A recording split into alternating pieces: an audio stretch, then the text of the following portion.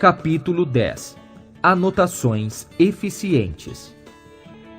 Aquele que interligar suas experiências por meio de relações sistemáticas terá uma memória acima do comum. William James. Você sabe tomar notas corretamente? Tomar notas é provavelmente a estratégia de estudo mais difundida. No entanto, poucos estudantes realmente sabem fazê-lo corretamente. Pesquisas sobre a eficiência das anotações observaram um fato curioso. A anotação só funciona corretamente em alguns casos. Então, quais seriam os fatores que tornam uma anotação eficiente? Vamos iniciar nosso estudo determinando algumas distinções acerca das anotações. A primeira distinção que será feita é a seguinte: tomar notas não é o mesmo que criar anotações. Nós tomamos notas de um livro ou de uma palestra. Em contrapartida, nós criamos anotações como uma preparação para um discurso ou qualquer outra apresentação para o público. Ainda que o foco inicial deste capítulo seja sobre tomar notas, muito do que será discutido terá grande aplicação na criação de notas. A segunda distinção a ser feita é a seguinte: existe uma grande diferença entre tomar notas em uma palestra e tomar notas de um livro. Em uma palestra, tomar notas é algo bem mais difícil, visto que o estudante dispõe de pouquíssimo tempo para avaliar o que deve ser anotado. A maior parte deste capítulo abordará métodos para tomar notas de livros, onde o estudante dispõe de muito mais tempo para tomar suas notas. Tomar notas é uma estratégia para dar mais sentido à informação.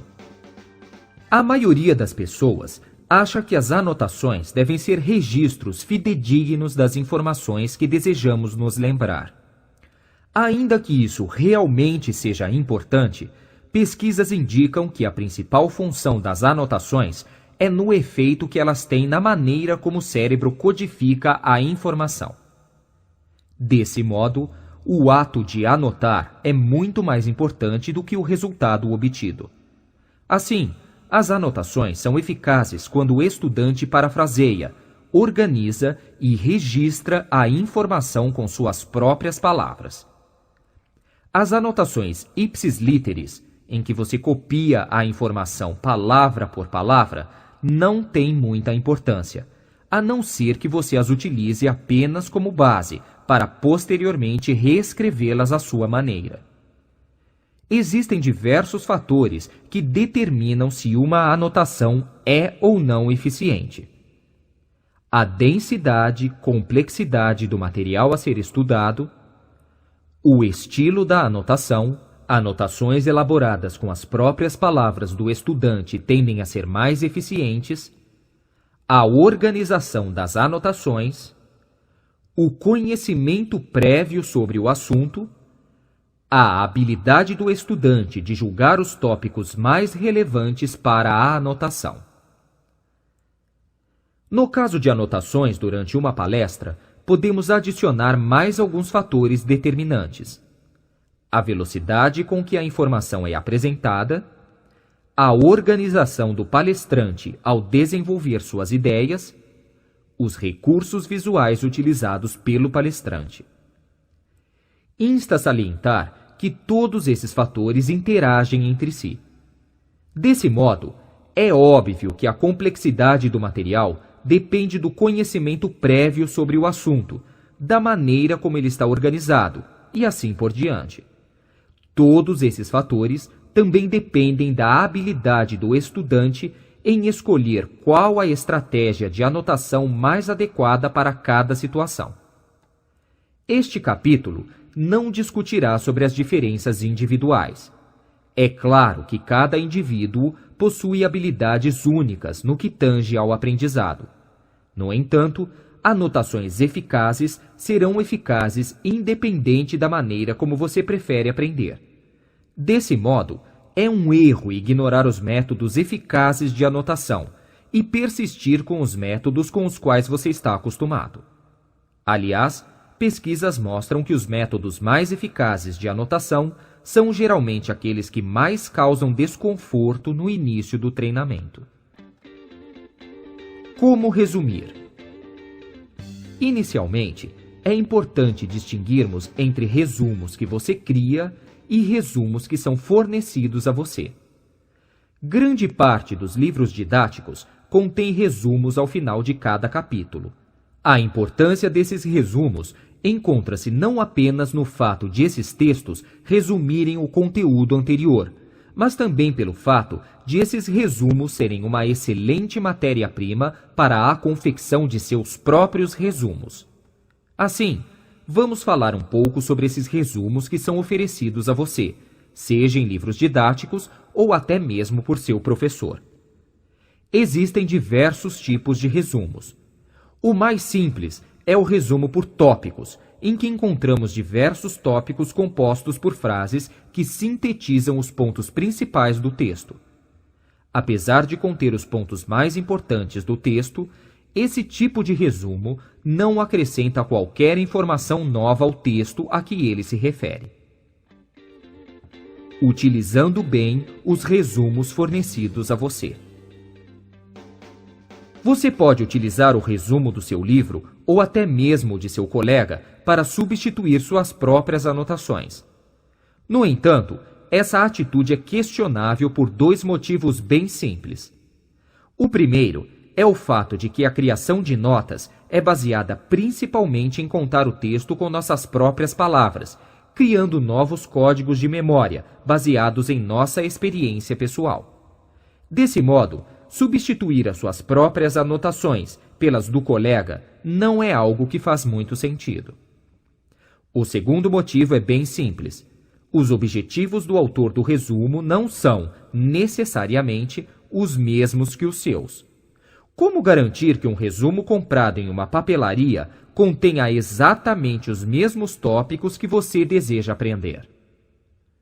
No entanto, resumos escritos por terceiros podem ser muito úteis como indicadores do que é importante, sendo verdadeiros guias durante a criação de suas próprias anotações. Além disso, esses resumos podem ser uma excelente ferramenta para um aquecimento, antes de iniciar suas anotações.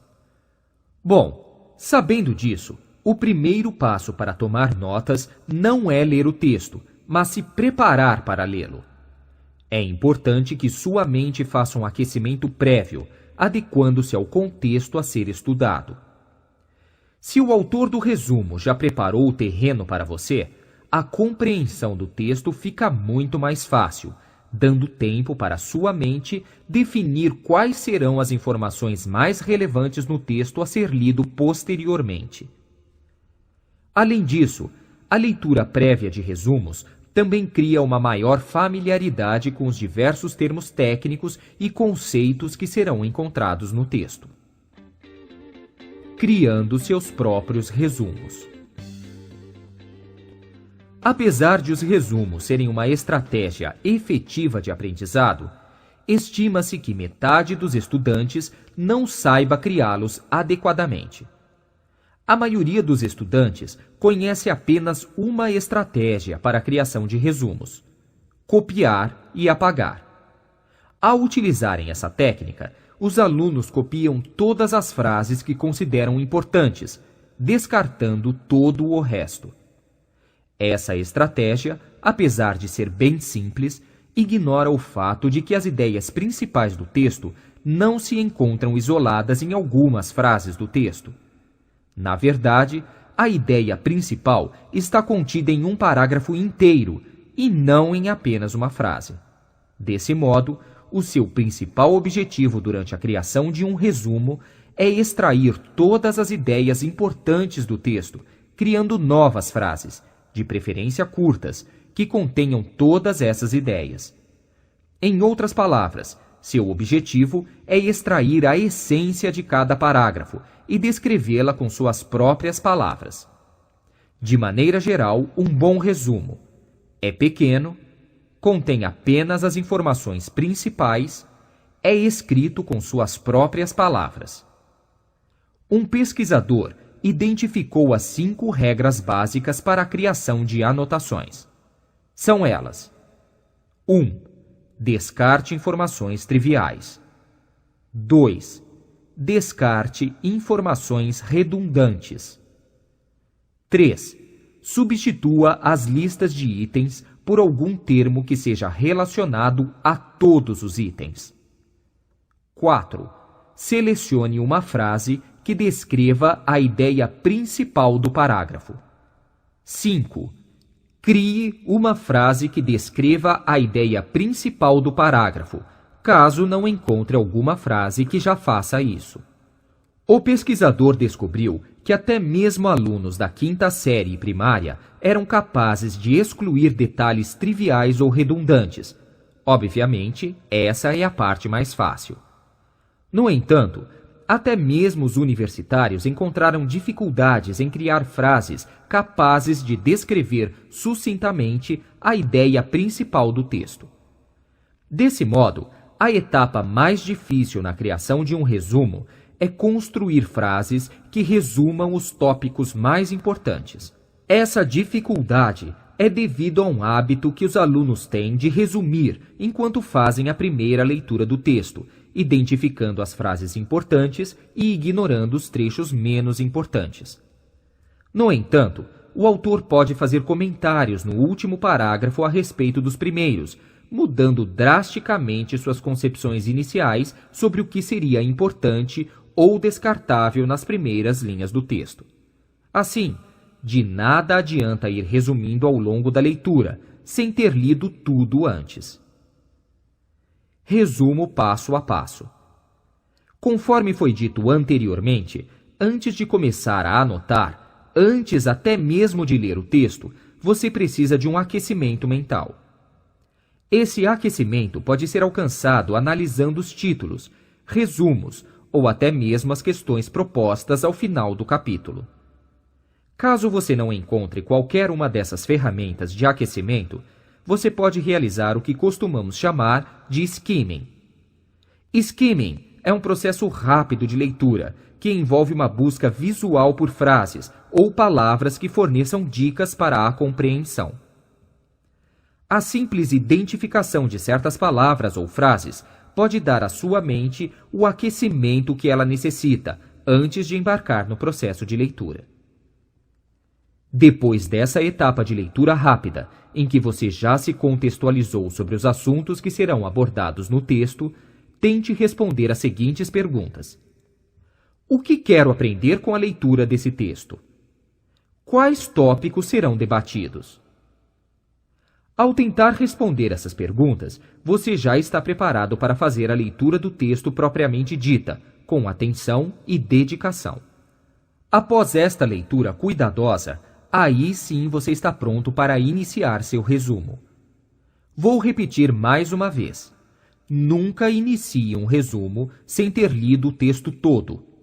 Alguns alunos acham que o aquecimento inicial é o suficiente para iniciar seus resumos. Desse modo, com o objetivo de ganhar tempo, vão criando seu resumo enquanto a leitura é feita. No entanto, ainda que o aquecimento tenha lhe permitido uma maior familiaridade com o tema, você ainda não sabe o quanto suas perspectivas iniciais acerca do tema podem mudar após a leitura integral do texto. Depois de ler o texto inteiro, é preciso identificar a ideia principal. Veja se ela coincide com a ideia que você teve durante o seu aquecimento, ou você precisará alterá-la. A leitura do texto pode ter lhe confundido, mudando completamente suas ideias iniciais sobre o texto. Ao começar, você achou que tinha certeza sobre o que era a ideia principal do texto, mas após a leitura não está tão certo assim?